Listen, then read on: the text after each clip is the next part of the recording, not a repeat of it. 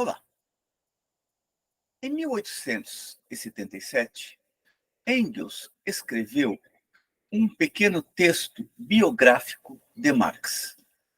Para além dos traços pessoais da vida de Marx na juventude e mesmo na maturidade, o texto tem a sua maior importância, no entanto, na medida em que a parte final Engels dedica a esclarecer quais foram as duas grandes contribuições que Marx forneceu para o terreno da teoria econômica e, portanto, para a compreensão da sociedade capitalista. É a esta última parte do texto que dedicaremos a nossa exposição, uma vez que ela fornece elementos fundamentais para compreendermos o que tanto Marx quanto Engels entendiam por concepção materialista da história. Engels, nesta parte final, observa que entre as numerosas e importantes descobertas com que Marx inscreveu seu nome na história da ciência, só duas queremos destacar aqui. Quando Engels fala de ciência, se refere ao fato de que Marx compreendeu objetivamente o que era a sociedade capitalista. A compreensão de Marx a respeito da sociedade capitalista não é uma compreensão subjetiva, e sim um entendimento baseado em dados, observações empíricas e análise dialética da realidade. Daí Engels falar que Marx forneceu uma compreensão científica da realidade. A primeira grande contribuição de Marx no entender de Engels é a revolução que realizou em toda a concepção da história universal. Revolução aqui no sentido de ter aportado elementos fundamentais que romperam com todas as formas de pensamento e interpretações recorrentes até então a respeito da sociedade. Marx romperá com o idealismo nas suas mais variadas facetas, sobretudo com o idealismo hegeliano, incorporando, no entanto, de Hegel, além de várias outras contribuições, o terreno da dialética. É sempre importante observar que, embora Marx tenha sido um crítico de Hegel no sentido de ter eliminado as dimensões idealistas do pensamento de Hegel para compreender o seu próprio pensamento, Marx sempre observou que não era possível tratar Hegel como um cachorro morto, ou seja, Hegel havia fornecido contribuições fundamentais para se compreender o mundo moderno. A primeira revolução, portanto, é aquela que realizou na concepção da história universal. Toda a concepção da história baseava-se até então no pressuposto de que as causas últimas de todas as transformações históricas deviam ser procuradas nas transformações que se operam nas ideias dos homens, e de que, entre todas as transformações, as mais importantes, as que regiam toda a história, eram as políticas. Portanto, a reflexão estava presa não apenas ao plano da consciência, mas também à dimensão supraestrutural da realidade, uma vez que a política está no terreno da supraestrutura ou da superestrutura. Não se perguntava, prossegue Engels, não se perguntava de onde vinham aos homens as ideias, nem quais as causas motrizes das transformações políticas. Se reconhecia que a sociedade mudava, mas não havia uma compreensão adequada de quais eram os motores dessas transformações internas no interior da história. Marx demonstrou que toda a história da humanidade, até os dias de hoje, é uma história das lutas de classes, que todas as lutas políticas, tão variadas e complexas, giram unicamente em torno do poder social e político de umas e outras classes sociais. por parte das velhas classes para conservar o poder e por parte das novas classes para conquistá-lo. Aqui é necessário que se faça algumas observações. A primeira delas é que, quando Marx e Engels dizem que a história de todas as sociedades até os dias de hoje tem sido a história das lutas de classes, é necessário ler a nota de rodapé onde Engels e Marx observam a história escrita e conhecida até hoje. Com isso, ele quer dizer o quê? Com isso, eles querem dizer que a maior parte da história da humanidade que foi documentada está assentada na estrutura de classes, ou seja, está trabalhando com o reconhecimento de que a sociedade não é uma sociedade de homens iguais, e muito menos eles estão posicionados de maneira igual no interior da estrutura social. Lembremos que para Marx e Engels há um período na história, ou um breve período na história, considerando-se este breve período como sendo centenas de anos, há um breve período no interior da história na qual predominaram formas coletivas de existência social. É somente a partir de um determinado momento, quando a natureza passou a ser mais dominada, portanto, as condições objetivas passaram a ser mais dominadas pelo ser social, de tal modo a se produzir excedente que poderia ser comercializado sob a forma de mercadoria, é que se criam as bases para o surgimento da primeira estrutura de classes, no caso, a escravidão. Portanto, quando se fala que Marx demonstrou que toda a história da humanidade até hoje é uma história das lutas de classes, é necessário relativizar esta afirmação, e considerando que eles estão se referindo aqui à maior parte da história da humanidade. Que todas as lutas políticas, portanto, as lutas de classes baseadas nos interesses privados dominantes, em contraposição aos dominados. Tão variadas e complexas, uma vez que a história ela não se processa de maneira nem linear, portanto, evolutiva, e muito menos a história é marcada por uma única forma de relação social. A história é perpassada pela existência de diversos modos de produção. Tão variadas e complexas, giram unicamente em torno do poder social e político, portanto, das relações sociais que foram estabelecidas à medida em que os seres sociais foram dominando e foram ampliando as condições de existência, desenvolvendo forças produtivas e, portanto, novas formas de cooperação social.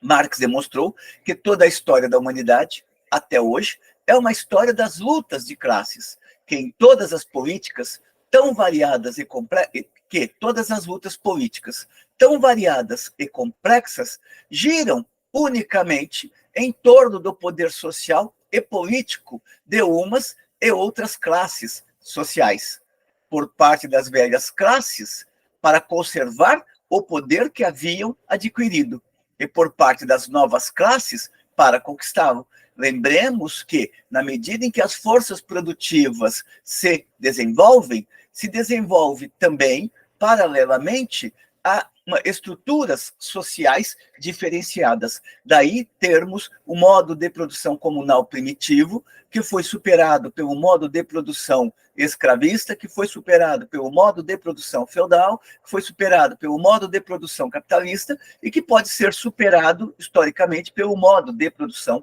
comunista. E o que dá origem à existência a essas classes? Portanto, as classes não são tratadas como um dom da natureza, elas são produtos históricos. Responde Engels. Para Marx, as condições materiais e tangíveis, portanto, existentes, em que a sociedade de uma determinada época, de um determinado período, produz e troca o necessário para o seu sustento. Portanto, a que Marx estava remetendo a história para as condições materiais de existência. A história não é produto do pensamento. A única coisa que o pensamento faz é organizar sob a forma de reflexão o que o que são as condições objetivas que tem diante de si. O pensamento age por abstração, recolhendo da realidade concreta os elementos constitutivos desta realidade e, de posse destes elementos, destas categorias reduzidas a categorias cada vez mais finas, ou seja, cada vez mais simples, se faz a análise de como estas categorias se encontram entrelaçadas de tal modo a constituírem o objeto, a realidade, tal como a realidade existe. Daí Marx colocar que o concreto é o concreto enquanto síntese das múltiplas determinações, ou seja, do modo pelo qual as categorias estão entrelaçadas, unidade do diverso.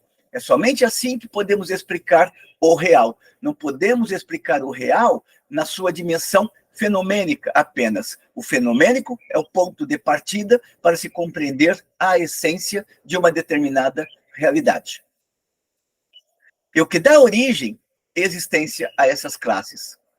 Responderá Marx as condições materiais e tangíveis em que a sociedade de uma determinada época produz e troca o necessário para o seu sustento. A dominação feudal, prossegue Engels, resgatando a base do pensamento marxiano.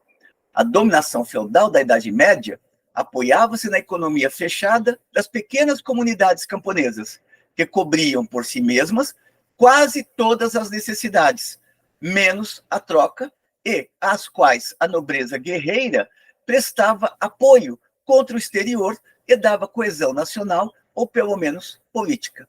Aqui ele está descrevendo sinteticamente o que era a estrutura do modo de produção feudal. No modo de produção feudal, se produzia fundamentalmente valores de uso e um pouco de excedente. Excedente este que era redistribuído, uma parte para a igreja e outra parte para os senhores feudais, que garantiam a proteção daquele que estava sob a sua guarda. Daí, a afirmação de que a dominação feudal da Idade Média apoiava-se na economia fechada das pequenas comunidades camponesas, portanto, não está baseada no trabalho assalariado. Comunidades camponesas que cobriam por si mesmas quase todas as necessidades, produzindo os valores de uso dos quais necessitavam para sobreviver, extraindo da terra a sua sobrevivência. E esta produção era destinada fundamentalmente ao consumo e não à troca. Mas uma parte do excedente daquela produção era destinada também sob a forma de valor de uso para a igreja e para os senhores feudais, para a nobreza guerreira, por exemplo, que prestava apoio contra o exterior e dava coesão nacional, leia-se territorial, ou pelo menos política. Portanto, a proteção como um legislador. O senhor feudal legislava, garantindo, por exemplo, certos direitos ao camponês, mas mostrando também quais direitos esse camponês não possuía dentro daquela estrutura feudal. Com o surgimento das cidades, lembremos que, na medida em que as grandes rotas comerciais se desenvolveram, as cidades voltaram a florescer. As cidades existiam, mas elas existiam apenas como um local episódico no qual os indivíduos trocavam os seus excedentes ou buscavam alguma coisa para satisfazer uma necessidade. A partir do momento em que as rotas comerciais foram abertas na Europa, sobretudo com as cruzadas, as cidades floresceram e passaram a ser um locus de vida ativa dos coletivos sociais.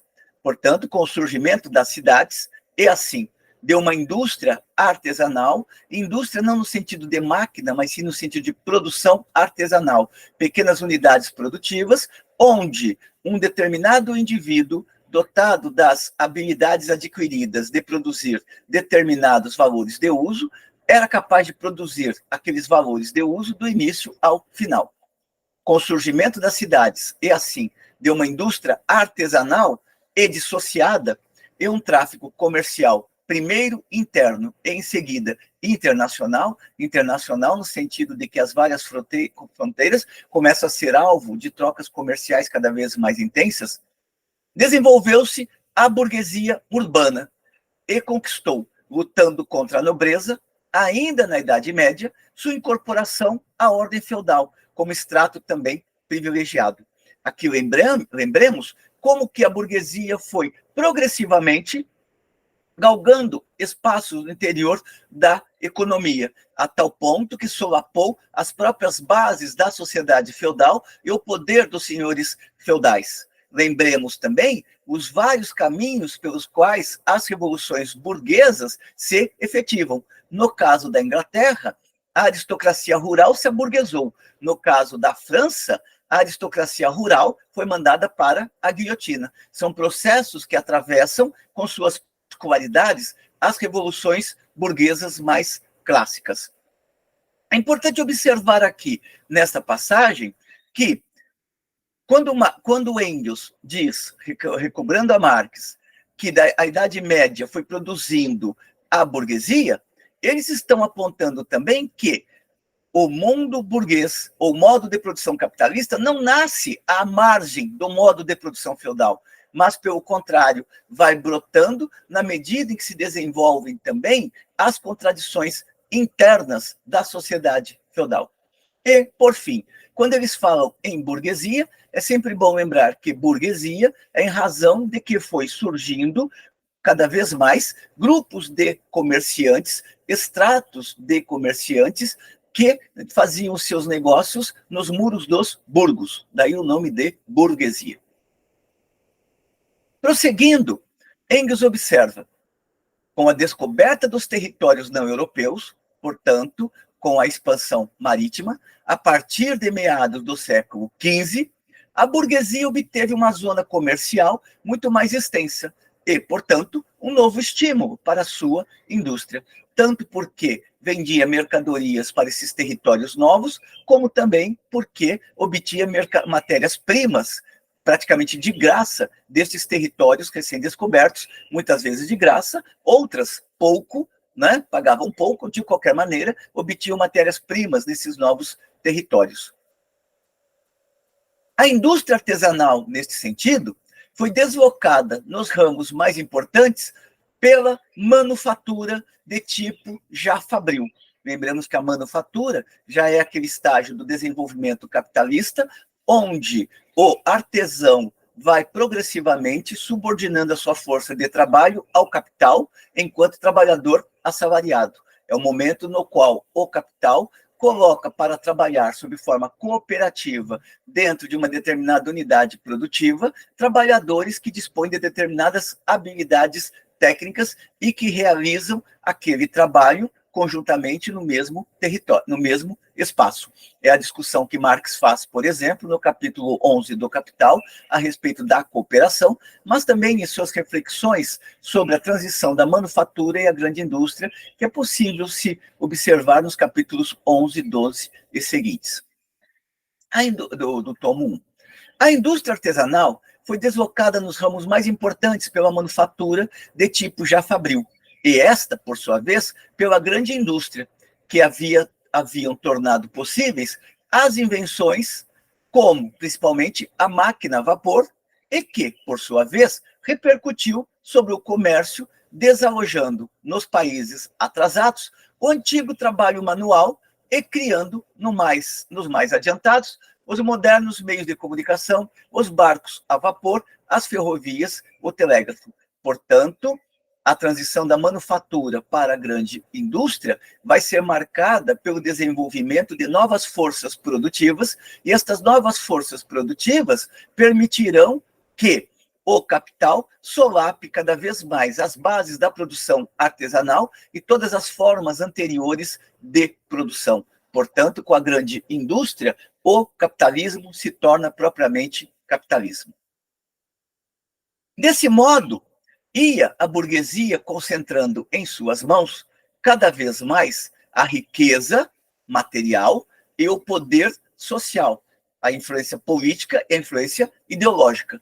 embora tardasse bastante a conquistar o poder político que se achava nas mãos da nobreza e da monarquia, que era apoiado pela burguesia. Lembremos aqui o período dos estados absolutistas, que interessava tanto aos reis quanto à própria burguesia, no sentido de que a burguesia queria solapar as bases da sociedade feudal e queria ter a liberdade para comercializar, o famoso laissez-faire, laissez-passer.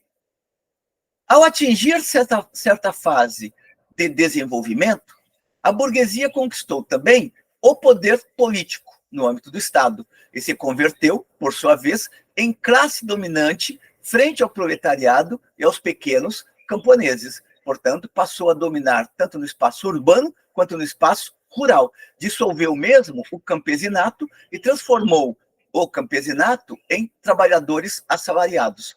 Há toda uma análise realizada por Marx a este respeito no capítulo do Capital intitulado da chamada acumulação primitiva, capítulo 24 em algumas edições e capítulo 21 em outras edições.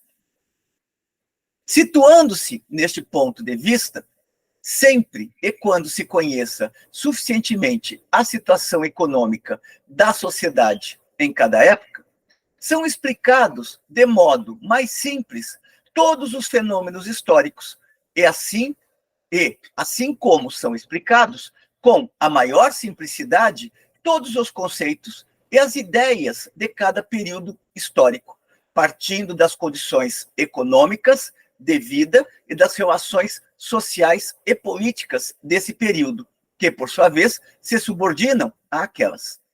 Esta parte final é essencial para compreendermos a concepção materialista da história. Quando Engels coloca, partindo das condições econômicas, economia, para Marx e Engels, é a base da sociedade, portanto, é aquela instância na qual os homens produzem e reproduzem a sua existência, portanto, estabelecem o seu intercâmbio imediato com a natureza para produzir inicialmente valores de uso e, em estágios mais avançados, valores de uso e também mercadorias.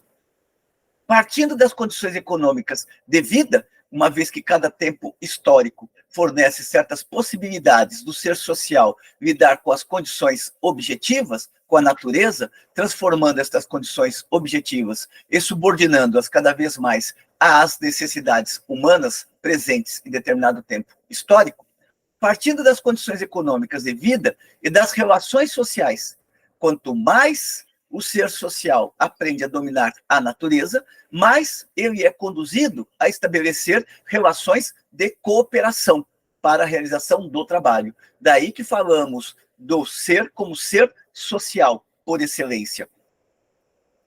Das condições econômicas de vida e das relações sociais e políticas, uma vez que passa a existir a estrutura de classes, as estruturas de dominação desse período, que, por sua vez, se subordinam àquelas. Em última instância, o econômico é decisivo para explicar as relações sociais de produção, para explicar a estrutura da vida social. Marx nunca disse, muito menos Engels, que o econômico determina tudo. Apenas eles afirmaram que o econômico é o ponto de partida para pensarmos a estrutura da vida social nos diversos tempos históricos. Deste modo, pela primeira vez, erguia-se a história sobre sua verdadeira base, ou seja, a produção. O fato palpável, mas totalmente despercebido até então, de que o homem precisa, em primeiro lugar, comer, beber, ter um teto e vestir-se, e, portanto, trabalhar antes de poder lutar pelo poder, de fazer política, religião, filosofia, etc., esse fato palpável passava a ocupar, enfim, o lugar histórico que naturalmente lhe cabia.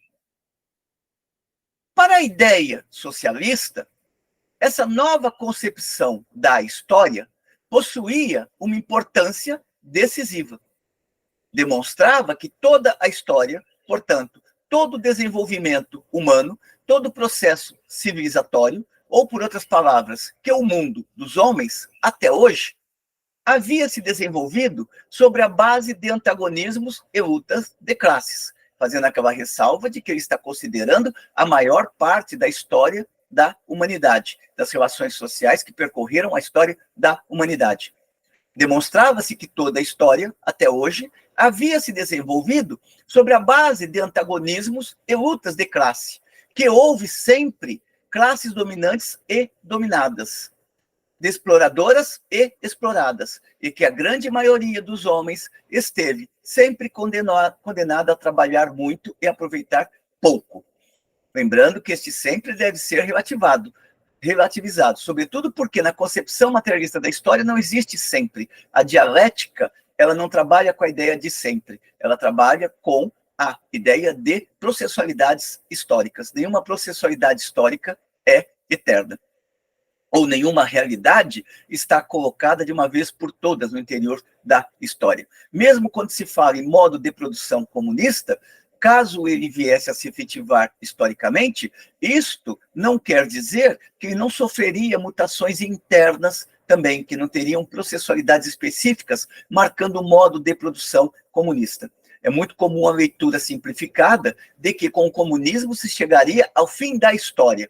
Marx e Engels nunca disseram isto. O que eles afirmam, por exemplo, e peguemos aqui Marx na crítica ao programa de Gotha, é de que, com a instauração da sociedade comunista, termina a pré-história da humanidade, portanto, aquela parte da história da humanidade que está assentada em relações de dominação de classes, e começa a história da humanidade em bases verdadeiramente humanas, ou seja, uma vida social que não está mais marcada pela estrutura de classes.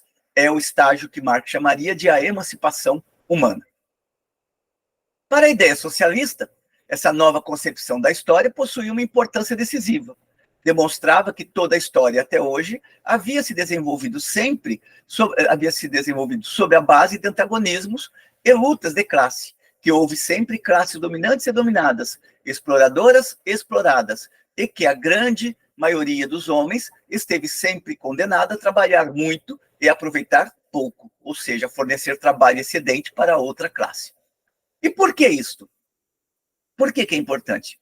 Simplesmente porque em todas as fases, ou então porque houve esta dominação de classes. Por quê? Simplesmente porque em todas as fases anteriores do desenvolvimento da humanidade, a produção se encontrava ainda em um estágio incipiente, e que o desenvolvimento histórico só podia necessariamente transcorrer nesta forma antagônica. E o progresso histórico achava-se, em linhas gerais, nas mãos de uma pequena minoria privilegiada, enquanto a grande massa se encontrava condenada a produzir, trabalhando o seu mísero sustento e aumentar cada vez mais a riqueza dos privilegiados. Aqui entramos em um terreno extremamente difícil de compreensão para muitos. Mas Marx não é contrário à estrutura de classes? Engels não é contrário à estrutura de classes? Sim. No entanto, eles estão reconhecendo que as estruturas de classes acabaram contribuindo no interior da história da humanidade para o desenvolvimento das forças produtivas. E a única maneira de se caminhar para o modo de produção comunista em seu estágio pós-sociedade capitalista é contar com forças produtivas desenvolvidas. No entanto, se historicamente a estrutura de classes ela acabou produzindo certas dinâmicas do desenvolvimento histórico-social, é chegado o momento em que as forças produtivas já estão desenvolvidas, a ciência já está desenvolvida, as condições materiais para a socialização já estão desenvolvidas. Daí a necessidade cada vez mais urgente de superação da estrutura de classes para que a humanidade possa fazer a fruição das potencialidades que desenvolveu. Mas essa mesma concepção da história, que explica de modo tão natural, portanto, objetivo e racional, o regime de dominação de classe vigente até nossos dias, leva também à convicção de que as forças produtivas, tão gigantescamente incrementadas dos tempos modernos, coloca a possibilidade de superação da sociedade de classes. Portanto, historicamente, está colocada a possibilidade de dissolução da sociedade burguesa. Está colocada a possibilidade de dissolução ali onde as forças produtivas já estão suficientemente desenvolvidas, da divisão dos homens em dominantes e dominados. Essa divisão dos homens em dominantes e dominados pode ser superada historicamente, de tal modo a não se ter mais a presença de exploradores e explorados. Quando Engels está ressaltando aqui, a partir de Marx, a questão de ali onde as forças produtivas já estão desenvolvidas, ele está olhando fundamentalmente para aqueles países que haviam realizado as suas revoluções burguesas e já estavam no estágio da grande indústria. Caso da França, caso da Inglaterra e também o caso da Alemanha, que, a partir da segunda metade do século XIX, caminhava a passos largos para se tornar também um país industrial. Marx evidenciou que a grande burguesia dominante já cumpriu a sua missão histórica e de que já não é capaz de dirigir a sociedade, uma vez que só pode desenvolver a sociedade explorando cada vez mais imensos contingentes humanos e lançando estes contingentes humanos no terreno da pobreza material e também espiritual. Lembremos que Marx observa nos manuscritos econômicos e filosóficos, no item do trabalho alienado, que o desenvolvimento do capitalismo tende cada vez mais a produzir seres imbecilizados e medíocres, uma vez que a pobreza não é apenas material, a despossessão não é apenas material, a alienação não é apenas material, a alienação também é espiritual, a despossessão é também espiritual. Solapada, ou seja, colocada abaixo as bases da sociedade feudal, a burguesia se converteu num obstáculo para o desenvolvimento da produção, como demonstram as crises comerciais e depressões industriais, que abarcam cada vez mais uma diversidade de países ao mesmo tempo. Portanto, se o surgimento da burguesia foi importante para derrubar as bases da sociedade feudal, a burguesia se tornou um obstáculo para a continuidade do desenvolvimento histórico, uma vez que, voltada à produção de mercadorias, ela só pode fazer isto ampliando os graus de exploração humana para produzir valores.